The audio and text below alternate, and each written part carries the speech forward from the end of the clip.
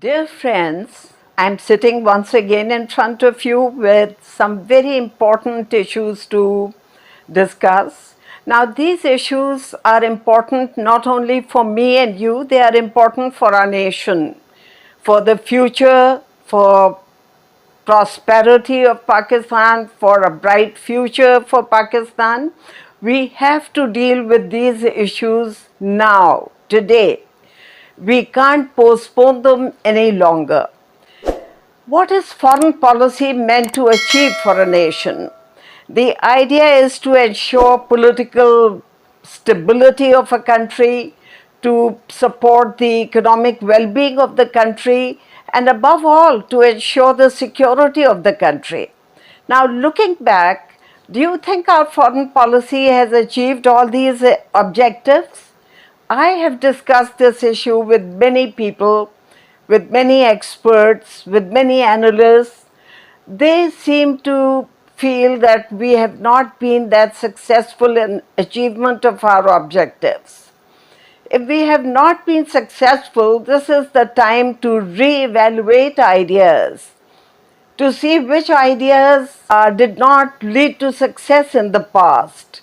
What new measures can be adopted to promote our objectives?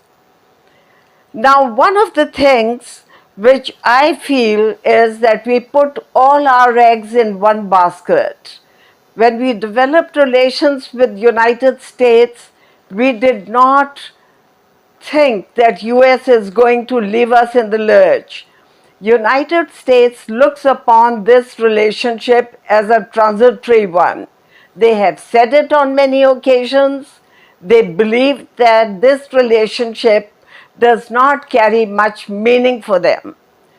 For a successful relationship, the relationship should be important for both parties. Now, if the US does not consider relations with Pakistan to be, a permanent kind of thing, then shouldn't we be revising our attitude also? United States has left us, has abandoned us on many occasions. I will not go too deep into history of our relations, but look at a few things that happened in recent years.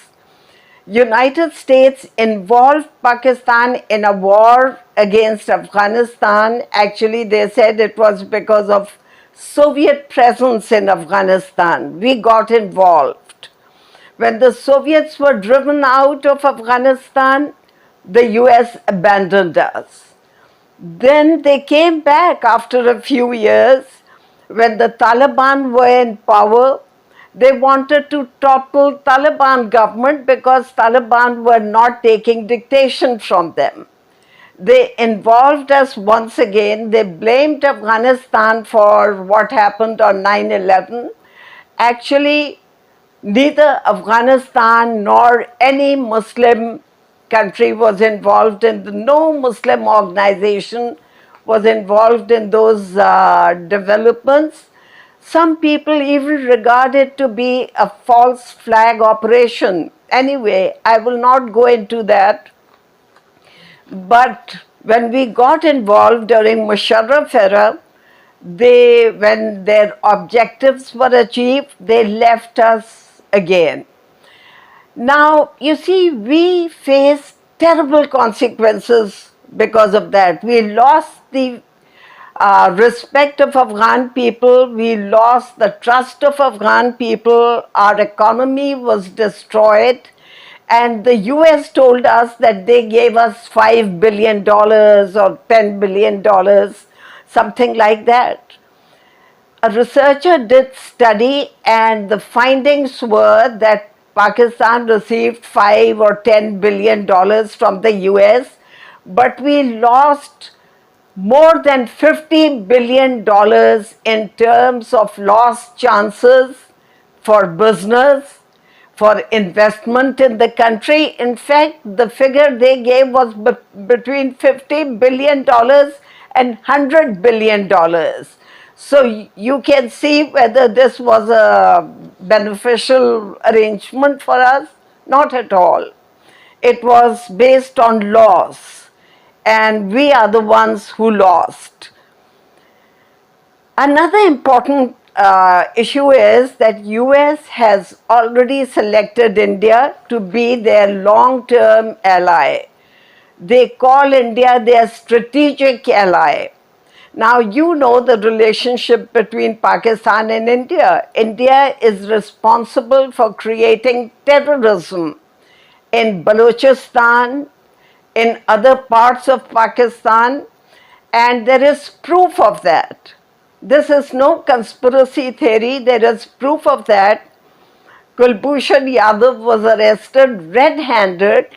He was given death sentence by a court in Pakistan, and he is still sitting enjoying his life in the jail. He has not yet been executed, although he is responsible for the deaths of hundreds of Pakistanis, and he is responsible for financial losses to this country. He spoiled the economy of this country, and the thing started by him, the terrorism launched by him, is still going on. Now, why are India and US, the intelligence agencies, cooperating with each other? It's generally said that they are cooperating because they want to block. It's in the interest of both these countries to block CPEC.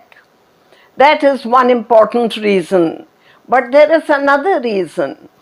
Both these countries want to prevent any kind of economic development which can take place in Pakistan. They felt that if CPEC goes on, Pakistan will stand on its own feet.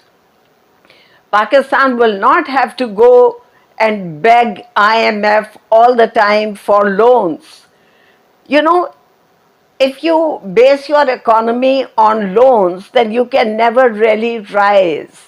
You can achieve prosperity only if you use your own resources for your benefit, not for the benefit of new imperial powers. So I think that they have two objectives: blocking China and preventing Pakistan from achieving economic prosperity, political stability. And this is something that goes against us. I feel that keeping these factors in mind and also remembering India's record. Now, let me tell you a little bit about India's record in the world.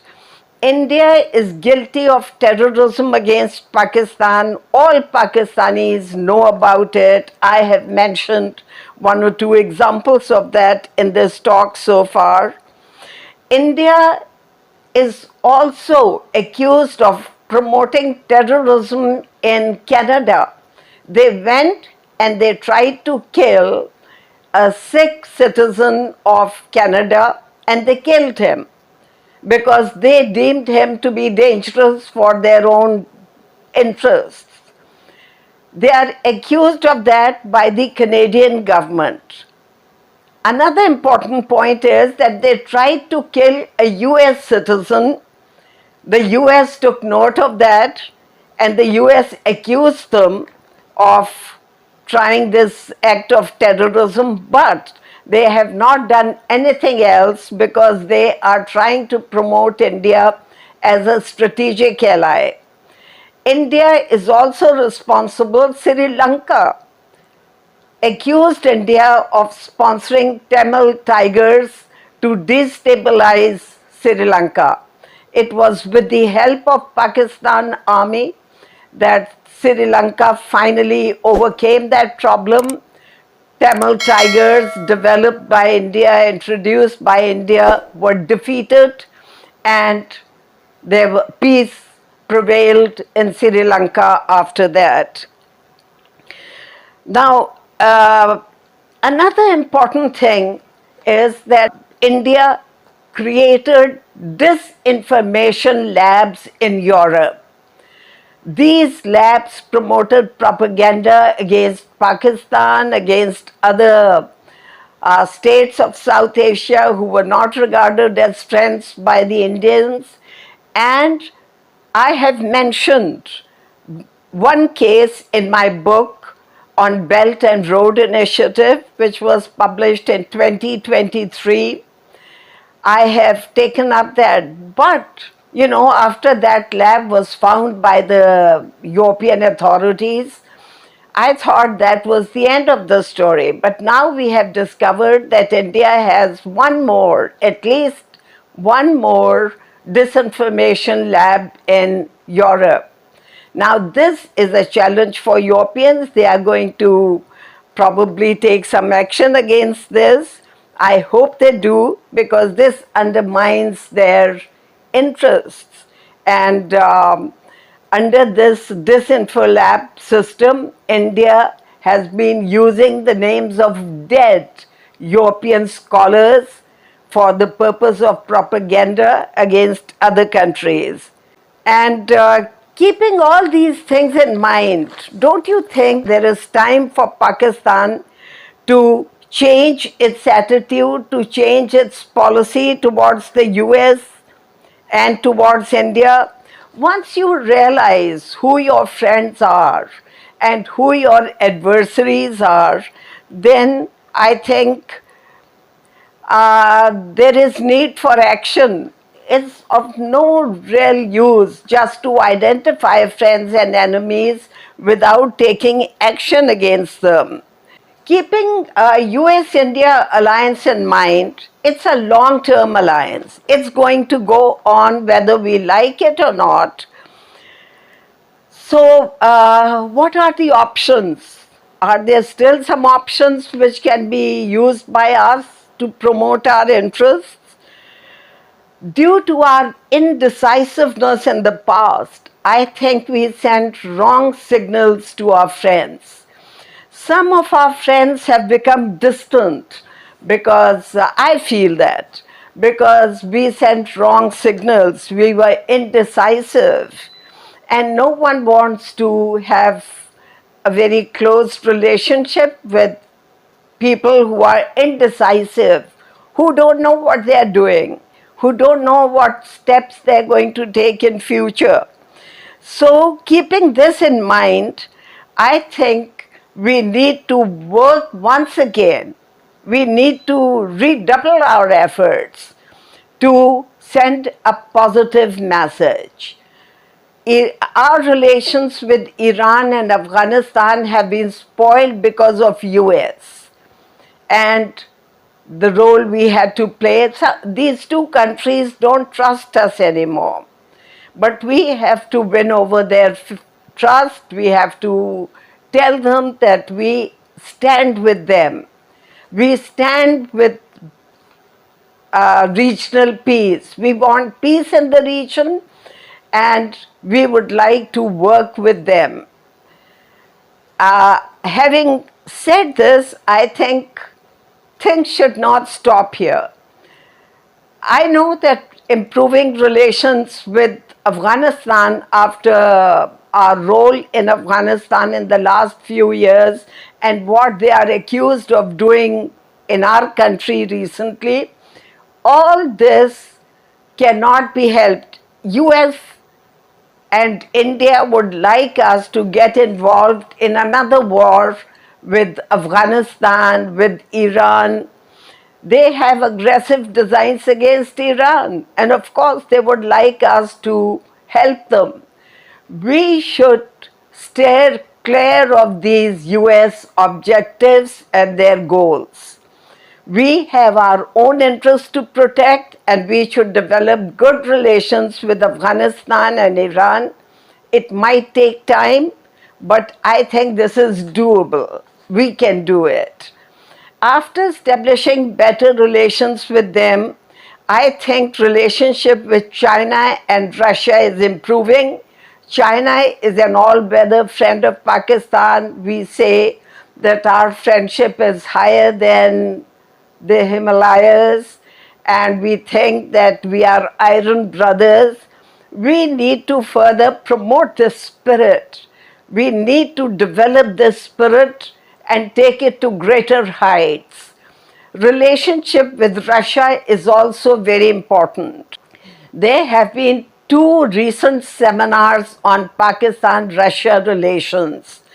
I participated in one. I read a paper in one of them because the cause of developing closer relations with Russia is very dear to my heart.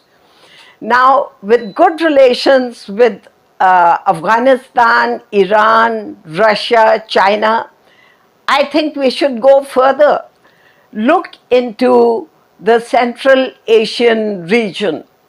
That region is rich in resources, and US, as usual, is ready to occupy the resources of those countries.